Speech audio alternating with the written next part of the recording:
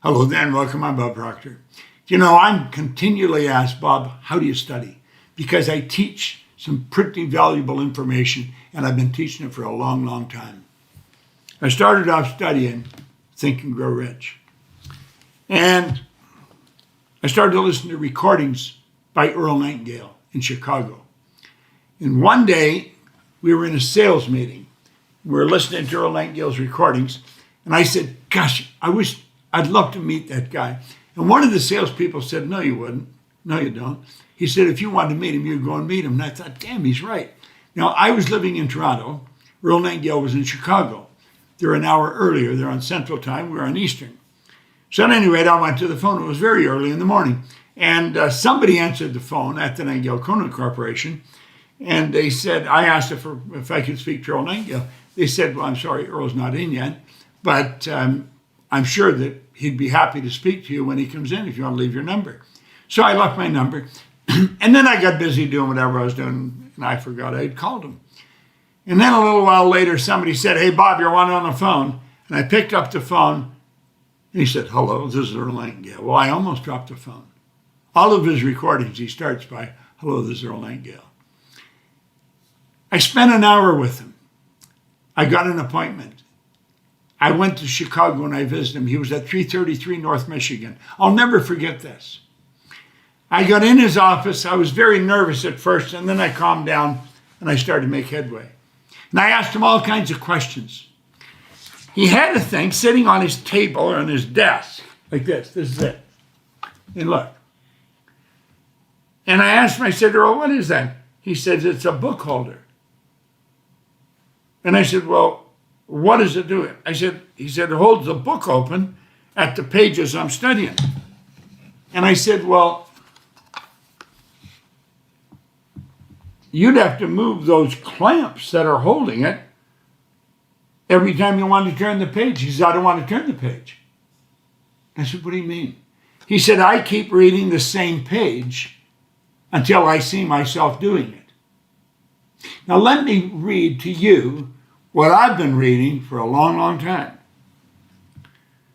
This is around the time they're talking about the Wright brothers getting a plane in the air. The lesson to be learned from the practical aviation of the present day is that of the triumph of principle over precedent, of the working out of an idea to its logical conclusions in spite of the accumulated testimony of all past experience to the contrary. And with such a notable example before us, can we say that it is futile to inquire whether by the same method we may not unlock still more important secrets and gain some knowledge of the unseen causes which are at the back of external and visible conditions? And then by bringing these unseen causes into a better order, make practical working realities of possibilities which at present seem but fantastic dreams. Now you'd say, well, what's he saying? Well, he's saying that the Wright brothers just kept believing they'd get the plane in the air. And everybody said it couldn't be done. People proved it couldn't be done. The American government had spent millions of dollars trying to get the plane in the air. They kept working with the same idea. And in 1903, they got the plane in the air. And you look at it today, it's pretty fantastic things that are happening.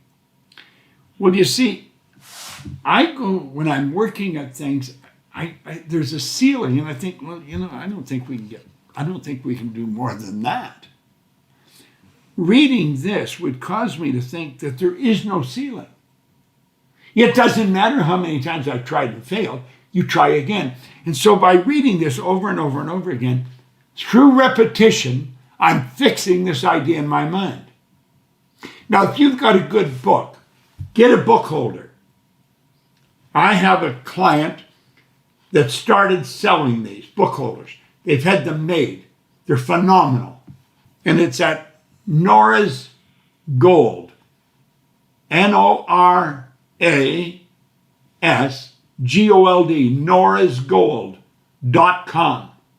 Click, get one of these, order it, and then get a book and get the lesson that you want open on the page.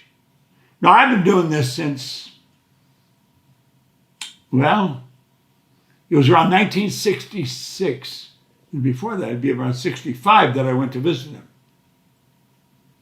I got looking for book holders, and I had all kinds of them, big ones, small ones. When I found NorasGold, I found the book holder. This is the book holder you want. This thing is incredible. The clamps that hold it open are beautiful.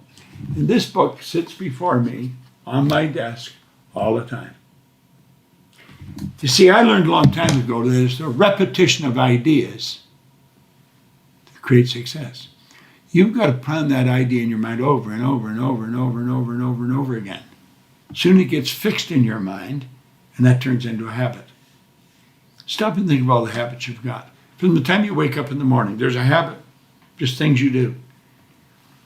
Well, get into the habit of studying a real good book and take a lesson. There's all kinds of lessons in a good book. And take the lessons and put them on the page that you're going to read every day until you find yourself doing it. When I asked Earl, I said, well, how are you going to change the pages? He said, I'm not going to change the pages. I said, you're not? Not until, he said, I find myself doing what I'm reading. I thought, damn. NorasGold.com. Order it. Start studying with a book holder.